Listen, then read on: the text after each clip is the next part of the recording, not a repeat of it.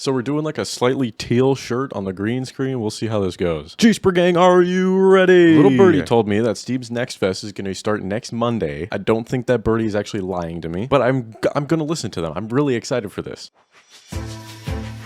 Gang, it's here. That birdie was right. With it, we'll be seeing so many new bangers, and boy, am I stoked. And boy, do I have a treat for you next week. Anyway, folks, I'm sort of roping this game into that Steam Summer Next Fest deal because it is a beautiful demo that is available to you right now, as is most of the roguelikes that I seem to be playing recently. But 'tis the season for demos, so it fits. I'm so looking forward to the next festivities of this summer. See what I did there? It's like festivities, but next. Have you tried it? All right, whatever. Anyway, let's take a look at Devolver Digital's next Golden Goose. I think that's a good thing. I usually avoided that story when I was little. Pretty sure it's a really old tale about a golden goose, and if you touch it out of your greed and you're wanting to, you know, chase something, I guess. It's like supposed to be a lesson because your hand gets stuck to it, and I think there's just like a bunch of people that get stuck to touching this golden goose. I don't know. There's some lesson in there about greed. I think that's all I know. The G-Spree old age allegations are gonna love this one. But the golden goose here is we're just gonna look at it and we're just gonna adore it. We're not just gonna chase after it. We're not gonna be too greedy. We're just gonna enjoy what we're given, and what we're given is a lot. Devolver Digital has been popping for me recently, and I've absolutely been loving everything that they've been publishing, or I guess putting eyes on. I follow them on Twitter, so I see all the cool stuff rolling in. So we're here to chat about Shroom and Gloom today. That's right, folks. We're back in the rogue deck building genre. Except with Shroom and Gloom, we get two unique decks that we get to build. Explore the beautifully Eldritch stylized, moody caves, full of fungi-infested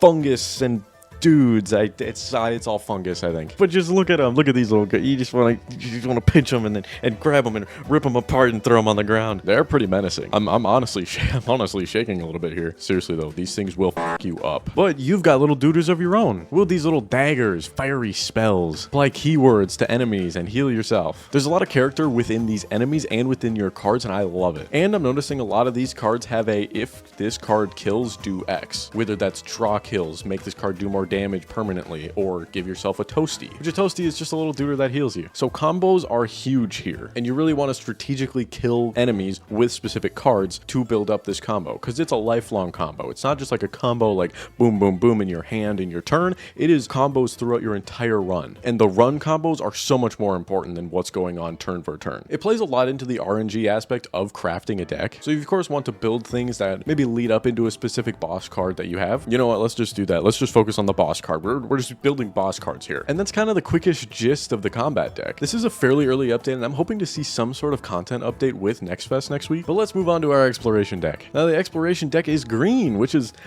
green. You pull this deck out when you're wandering through the cave trying to find out where the heck it is you're going. You do have a map with an unlimited amount of uses, and you will always have a way to bash open doors or just unlock them like a normal human being. These, like most exploration cards, are unlimited use, and they'll refresh after a cast, so you don't worry about only being able to open your map once. I honestly don't even look at the map. I kind of just get lost and end up at the end. You'll also get cards to heal yourself up here, other goodies, and the ability to add more cards to both decks. While you're exploring tunnels, you'll meet a shopkeep, larger chests and pools, as well as those combat encounters. The shopkeep calls you poor while looking like the most cheek pinchable, genuinely sweet little dude. So that was just a little bit of a shock. I usually just ignore whatever he has and move on with my day. But the chests can sometimes get you passive cards or like relics that will just be an always going ability where if you kill somebody you draw, if you kill somebody you heal health. First time you die you heal back up to 50%. Pretty basic for now, not a lot to choose from, but we're probably going to see more options in the future. Gang, I'm out here in the tunnels and it's just got me thinking, this really isn't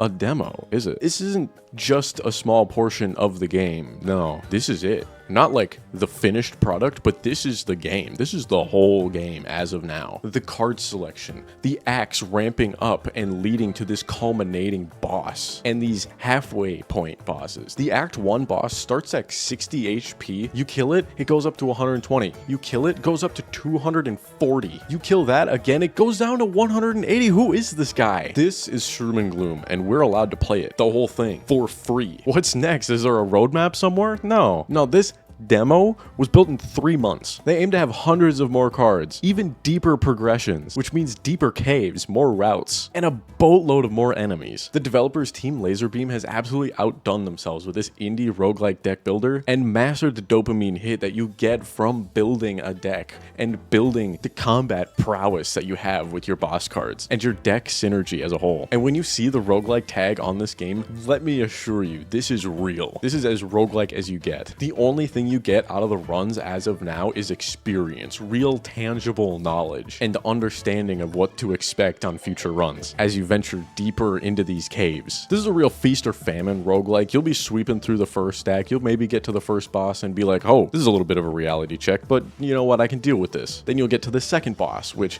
I've found out after you beat this guy is the final boss. So there are 3 bosses, 2 acts, but I have not beaten the second boss because this thing is such a reality. This thing is hard. And when your run is over, you're getting dirty. Your nails are going right into that dirt on those cave floors and trying to find any resemblance of how you kept your last run together. Desperately trying to feel for that success again. If you're looking for a game that's worth every minute of your time because it's completely free, do I need to remind you this thing is completely free right now? You need to try this demo. It's damn near a full game. It just has the demo sticker on it. If you're looking for a challenging deck builder, this is it. But not to mention the art style, again, it is just so fitting. It's so atmospheric. I feel like I'm there. You can almost smell the dirt, I guess. So the Steam page will be linked in the description below if you're interested. And I hope you guys are looking for next week, Next Fest 2025 summer. Again, I have a super cool surprise for you guys next Monday, so be sure to check in. It'll be a really great way to kick off 2025 Summer Next Fest, in my opinion. The Overstock channel is still kicking, by the way. We've got some old videos that have been stockpiled for way too long that are finally coming out. What's on deck for this Wednesday is an Overwatch video that the boys and I recorded the last time we played Overwatch,